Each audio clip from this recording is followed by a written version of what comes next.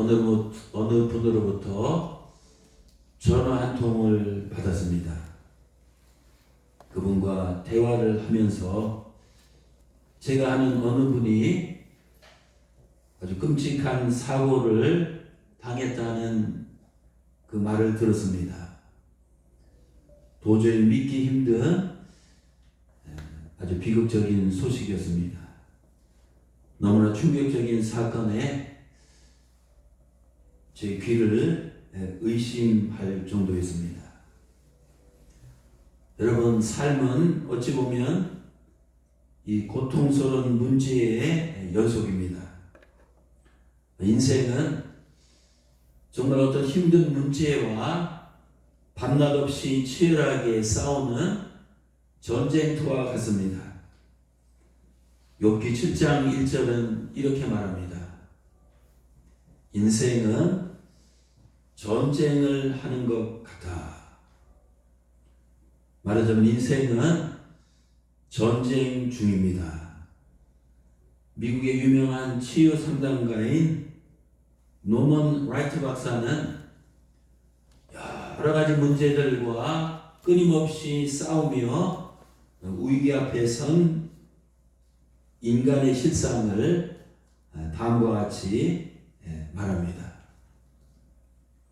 실직, 또 가족의 죽음, 또 친구나 친한 사람과의 사별, 또 직책과 직위나 존경의 상실, 또 무력하게 만드는 질병, 또 수술, 사고, 불치의 병에 걸렸다는 소식, 또 우리 아이들이 마약을 하거나 동성 연애를 한다는 소식, 또 자신이나 가족 중에 누가 장애인이 되었을 때, 또 유산이나 원치 않는 임신을 하였을 때, 태풍, 지진, 폭풍의 발생, 자살 기도나 별거나 이혼, 또 아이의 보호 양육에 대한 이 다툼, 해임, 또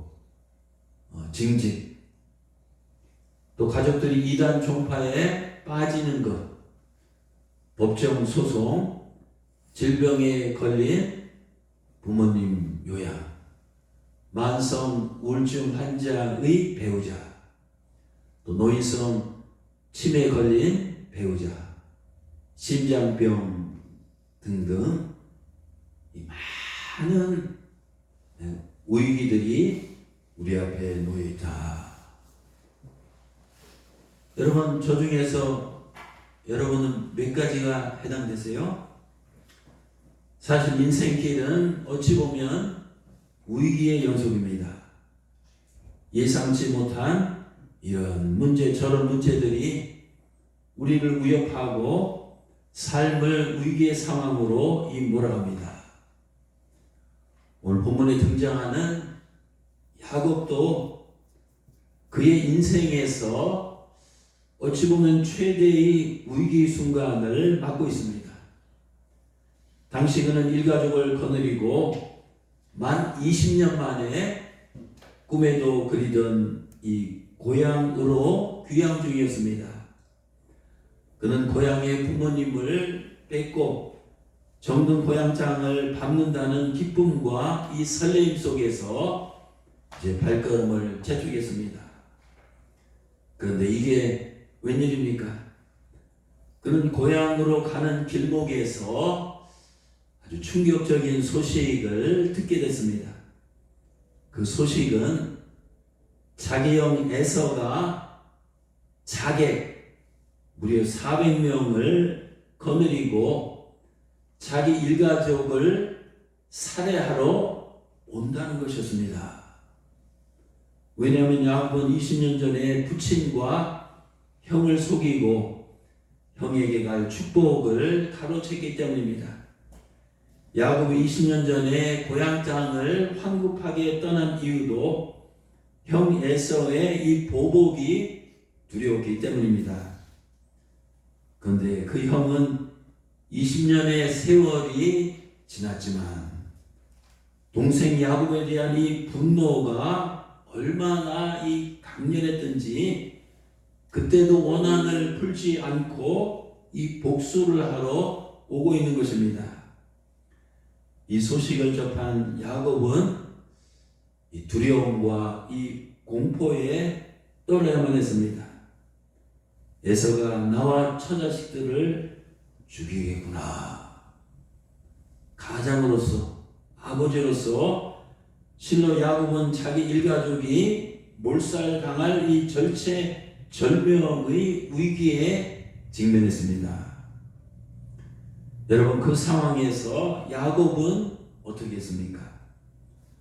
그는 일가족 2명의 아내와 2명의 여종과 또 그 자기 아내들에게서 난 11명의 아들을 먼저 야복강을 자기보다 먼저 건너게 했습니다. 그 다음에 야곱은 혼자 야복강가에서 남았습니다. 오늘 본문 24절에 보면 뭐라고 쓰여 있습니까? 야곱은 뭐라고요? 홀로 남았더라. 여기 홀로 남자란 말이 있습니다. 여러분, 우리가 삶에 어떤 문제를 만나서 위기에 처하게 되면 결국은 홀로 남게 되는 것을 보게 됩니다. 주변에 아무도 없을 때가 많습니다. 우리가 삶 속에서 문제의 위기를 만났을 때 아주 힘든 이유는 문제를 결국 나 홀로 감당해야 되기 때문입니다. 어찌 보면 이것이 인간의 숙명입니다. 질병으로 쓰러지면 그 고통을 나 혼자 감당해야만 합니다. 누가 내 대신 아파해 줄 사람이 없습니다. 또 시험에 낙방하면 그 쓰라린 고통을 나 혼자 감당해야 합니다. 또 빛에 시달리면 그 고통을 나 혼자 감당해야 됩니다. 또 가정이 깨어지면 이 가장인 내가 그 고통을 나 혼자 감당해야 됩니다. 또 누군가에게 버림을 받으면 그 고통도 나 혼자서 감당해야 합니다. 또 직장에서 실직을 당하면 그 고통도 나 혼자서 고스란히 감당해야 합니다.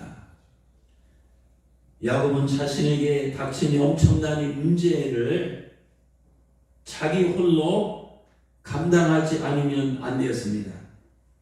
자기 아내들이, 자기 종들이, 자기 자녀들이 또 그 어느 누구도 그 문제를 야곱 대신 감당해 줄 수가 없었습니다. 그러면 오늘 본문 24절을 다시 한번 보시기 바랍니다. 야곱은 홀로 남았더니 그 다음에 어떤 말이 써 있습니까? 어떤 사람이라는 말이 있습니다. 야곱이 야복강가에서 홀로 있는데 갑자기 불현듯 어디서 어떤 사람이 나타났습니다. 이제 거기에는 야곱 한 사람이 아니라 2사람이 되었습니다. 여러분, 그때 야곱에게 나타난 그 사람이 누군지 아십니까? 그는 사람의 이 모습을 한 이 창조주 하나님이셨습니다. 하나님은 이 절체절명의 위기에 처한 이 야곱에게 찾아오셨습니다. 사랑하는 성도 여러분, 하나님께서는 야곱처럼 위기에 처하는 인생들을 홀로 내버려 두지 아니하시고 찾아오시는 분입니다. 성경에 보면 위기에 처한 사드락과 메삭과 아벳느고가 뜨거운 용광로 속에 던짐을 당했을 때도 그때도 하나님께서 그들에게 찾아오셨습니다. 또 위기에 처한 다니엘이 굶주린 사자 굴 속에 던짐을 당했을 때도 그때도 하나님께서는 그에게 찾아오셨습니다. 또 위기에 처한 욥이 죄를 뒤집어쓰고 고통 가운데 이 탄식할 때 그때도 하나님께서는 그에게 찾아오셨습니다. 여러분, 내가 문제 위기를 이제 만났을 때 주변 사람들은 다 내 곁에서 떠날 수도 있습니다. 하지만 그때는 나 혼자가 아님을 기억하시기 바랍니다. 아멘. 하나님께서는 내 곁을 절대로 한순간도 떠나지 아니하십니다.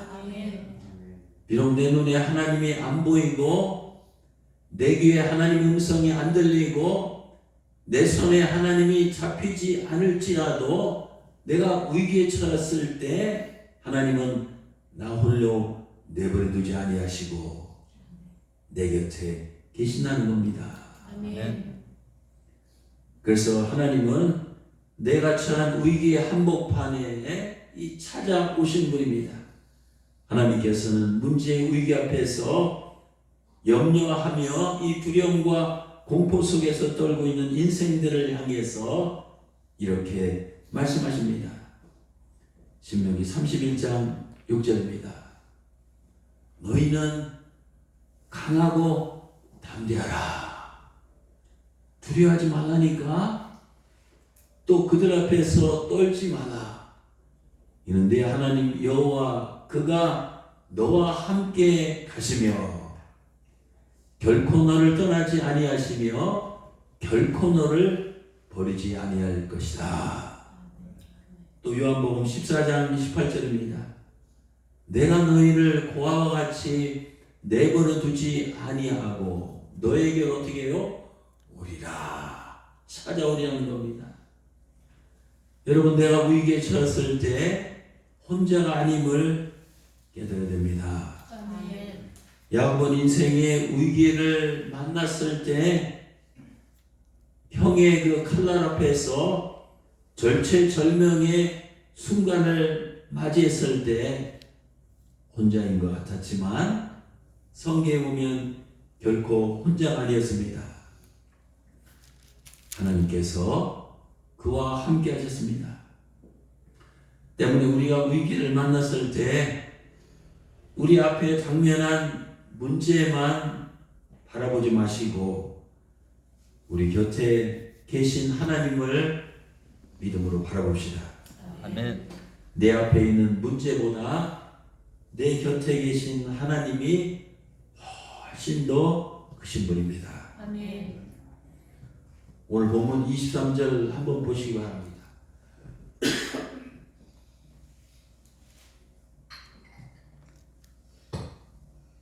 여기 보면 23절에 야곱은 홀로 남았더니 어떤 사람이 나타나서 날이 새도록 야곱과 씨름하다가, 이 씨름하다라는 말이 나옵니다. 여러분, 야곱은 야복 강가에서 인간의 모습으로 찾아오신 하나님과 씨름을 했습니다. 여기서 씨름했다는 의미는 하나님을 붙들고 기도했다는 의미입니다. 원한에 가득 찬 에서가 살기 등등하여 무려 400명의 군사를 이끌고 야곱과 그 일가족을 죽이려고 할 때 야곱에게는 두 가지 선택밖에 없습니다. 하나는 무조건 도망가는 겁니다. 둘째는 야곱도 그 당시 부자였으니까 자기도 용맹한 군사를 많이 사서 에서의 군대와 이 정면으로 대결할 수도 있었습니다. 하지만 성경에 보면 야곱은 그런 인간적인 방법을 선택하지 않았습니다. 야곱이 인생의 최대 위기를 맞았을 때 그가 선택한 것은 바로 바로 기도였습니다. 사랑하는 성도 여러분, 최악의 순간에 최선의 선택은 기도입니다. 최악의 순간에 최악의 선택은 기도하지 않는 것입니다. 위기는 무엇이죠? 제가 늘 하는 말이 있지 않습니까? 우위를 향해서 기도할 때입니다. 위기를 만났을 때 내 손으로 무기를 잡는 대신 누구를 잡아야 돼요? 하나님을 붙잡아야 됩니다. 내 실력이라는 무기, 내 능력이라는 무기를 내려놓고 야곱처럼 기도의 무기를 붙잡아야 됩니다. 여러분 기억합시다. 무기 중에서 가장 강력한 무기는 기도의 무기입니다. 사랑하는 성도 여러분, 우리가 아무리 어려운 일을 당해서도, 아무리 힘든 문제를 만났어도, 아무리 불가능한 장애물을 만났어도 내 손에 기도의 무기만 확실하게 들려 있다면 확실한 승리를 얻을 수 있습니다. 우리가 삶의 위기를 만났을 때 내 손에 기도라는 이 비장한 무기가 있다는 사실을 결코 잊지 마시기 바랍니다. 아멘. 히스기야 왕은 죽을 병이 걸렸을 때 기도라는 비장의 무기를 사용하여 이 죽음에서 살아났습니다. 에스더는 자기 민족이 몰살당할 위기에 처했을 때 기도라는 비장한 무기를 사용해서 민족을 살리고 위기를 극복했습니다. 모세는 이스라엘 군사들이 아말렉과 전쟁할 때 기도라는 비장의 무기를 사용해서 전쟁에서 승리했습니다. 야곱은 에서의 칼날의 일가족이 몰살당할 위기를 만났을 때 기도라는 이 비장한 무기를 사용해서 위기를 벗어났습니다. 우리가 위기를 만났을 때 기도하면 환난의 웅덩이와 죽음의 구덩이에서 능히 살아날 수가 있습니다. 시편 20편 1절입니다. 내가 환난을 당할 때 여호와께서 내 기도에 응답하시고 야곱의 하나님이 너를 보호하시려다. 또 시편 50편 15절입니다. 너희가 환난 날에 나를 부르라. 기도하는 겁니다. 내가 너를 건지리니 내가 나를 영화롭게 하리라. 그러면 사랑하는 성도 여러분, 기도가 뭡니까? 기도는 영적인 씨름을 하며 하나님과 싸우는 겁니다. 근데 오늘 성경에 보면 야곱은 어떻게 싸웠습니까? 성경을 자세히 쭉 보면 야곱은 하나님을 악착같이 붙들고 이 필사적으로 싸웠습니다. 야곱이 얼마나 필사적으로 싸웠든지 하나님의 천사가 그를 이기지 못할 정도였습니다. 그래서 그가 어떻게 했습니까? 이기지 못하니까 야곱의 환도뼈를 부러뜨렸습니다. 오늘 25절입니다. 자기가 천사가 야곱을 이기지 못함을 보고 그가 야곱의 허벅지 관절을 치매 야곱의 허벅지 관절이 그 사람과 씨름할 때 어긋났더라. 여러분, 우리가 위기를 만났을 때 야곱처럼 허벅지 관절이 부러질 정도로 필사적으로 기도해야 됩니다. 전쟁터에서 군인이 칼과 창 같은 무기를 들고 싸울 때 무기를 헐렁하게 느슨하게 대충 들지 않습니다. 이 손이 으스러질 정도로 이 무기를 꽉 움켜잡고 전투를 하지 않습니까? 우리도 기도할 때는 야곱처럼 이 필사적으로 기도해야 됩니다. 여러분 그동안 믿음 생활, 신앙 생활 하시면서 이 필사적으로 야곱처럼 기도해 보신 적이 있습니까? 야곱은 자신의 생명과 일가족의 운명이 자신의 이 기도에 전적으로 달려있다고 생각하고 한도뼈가 부러질지라도 이 목숨 걸고 필사적으로 기도했습니다. 한도뼈가 부러졌어도 포기하지 아니하고 단념하지 아니하고 물러서지 아니하고 이 죽기를 각오하고 기도했습니다. 야곱의 그 약복강가에서의 기도를 호세아서 12장 3절과 4절에서는 이렇게 기록하고 있습니다. 야곱은 모태에서 그의 형이 발 뒤꿈치를 잡았고 또 힘으로는 하나님과 겨루되 천사와 겨루어 이기고 울며 그에게 간구하였더라. 사랑하는 성도 여러분, 우리 꿈나무교회 새벽제단은 늘 열려 있습니다. 내 삶이 힘들다고 염려하고 근심하고 탄식만 하지 마시고 새벽에 나와서 야곱처럼 필사적으로 기도합시다. 우리 주님께서 마태복음 16장 21절에서 이렇게 말씀하셨습니다. 죽고자 하는 자는 살 것이요 살고자 하는 자는 죽으리라. 야곱은 죽기 아니면 이 살기로 이 필사적으로 하나님께 이 매어 달렸습니다. 야곱이 밤새도록 얼마나 필사적으로 매어 달렸든지 하나님의 천사가 그에게 뭐라고 했습니까? 오늘 26절입니다. 천사가 이르되 야 날이 세리하니 나를 좀 가게 하라. 이때 야곱이 한 말이 참 아주 그 백미 클라이막스입니다. 가장 멋있는 말이라고 생각합니다. 오케이 한도뼈가 부러지고 그를 움켜잡는데 야곱이 말하겠냐면 당신이 가려고 한다고요?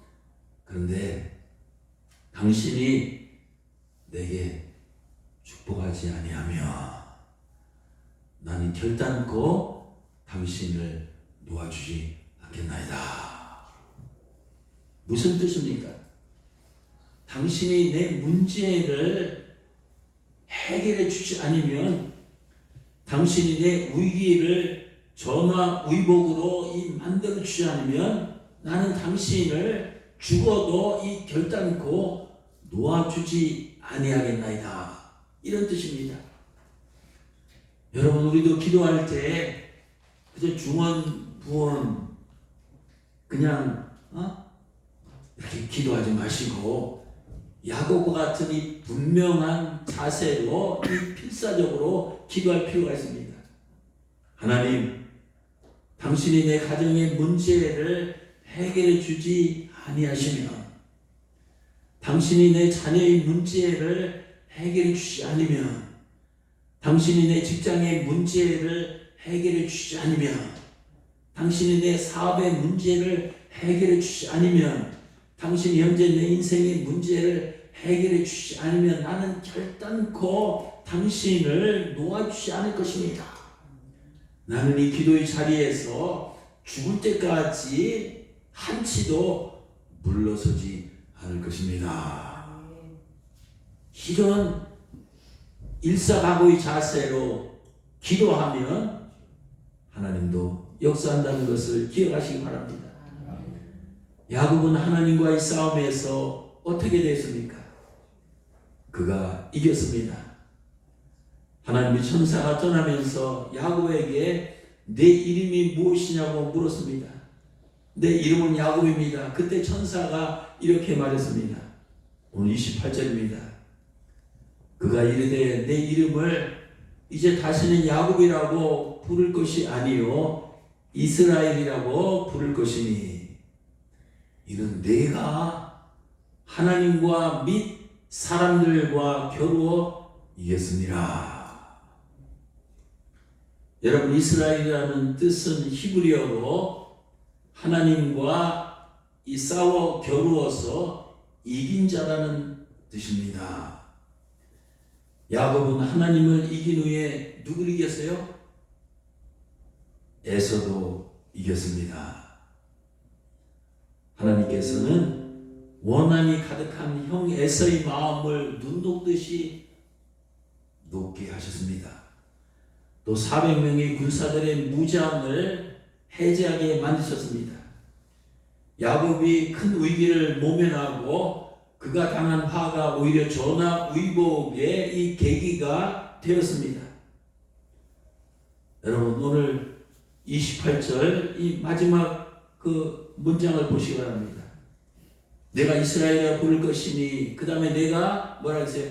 하나님과 및 사람과 겨루어 이겼습니다. 하나님 나오고 그 다음 사람 나오죠. 저기가 기도함으로 하나님과 이기면 그 다음에 사람도 자동적으로 이길 수 있습니다. 그래서 사람과 싸워서 이기려고 하지 말고 기도로 하나님과 싸워서 하나님을 이기면 내가 세상에서 싸우려는 그 사람도 하나님께서 이기게 하십니다. 그 때문에 사랑하는 성도 여러분, 세상에서 어떤 문제를 만났을 때 사람들과 싸워서 이기려고 하지 마시기 바랍니다. 그러면 서로 상처받고 문제가 더 꼬이게 됩니다. 사람들과 혈과 육으로 싸우지 말고 대신 기도의 골방에서 하나님과 홀로 싸우시길 바랍니다. 인생의 싸움터에서 이 결정적인 승부는 기도의 약복강가에서 결정됩니다. 세상에서 사람들의 얼굴을 보고 육적으로 싸우지 말고 기도의 골방에서 하나님의 얼굴을 보고 영적으로 싸우시길 바랍니다. 아멘. 오늘 30절에 뭐라고 기록되어 있습니까? 야곱이 그곳의 이름을 브니엘이라고 하였으니 그가 이르기를 내가 하나님과 대면하여 보았으나 내 생명이 보존되었다 하미르라. 브니엘은 히브리 말로 하나님의 얼굴이라는 뜻입니다. 야곱은 형 에서의 얼굴을 대면하기 전에 하나님의 얼굴을 먼저 대면했습니다. 하나님의 얼굴을 대면한 야곱은 죽음의 수렁에서 자신과 일가족의 생명을 보존할 수가 있었습니다. 사랑하는 성도 여러분, 야곱처럼 하나님의 얼굴을 대면하며 사는 자에게는 하나님께서 위기를 벗어나게 하시고 문제를 해결해 주시고 은혜를 베푸시며 큰 축복을 주시는 분입니다. 이제 말씀을 정리하겠습니다. 우리가 동물로 비유하면 야곱은 마치 생쥐 같고 에서는 이 고양이 같습니다. 야곱은 고양이 앞에 쥐처럼 형 앞에서 늘 두려움과 이 공포에 떨었습니다.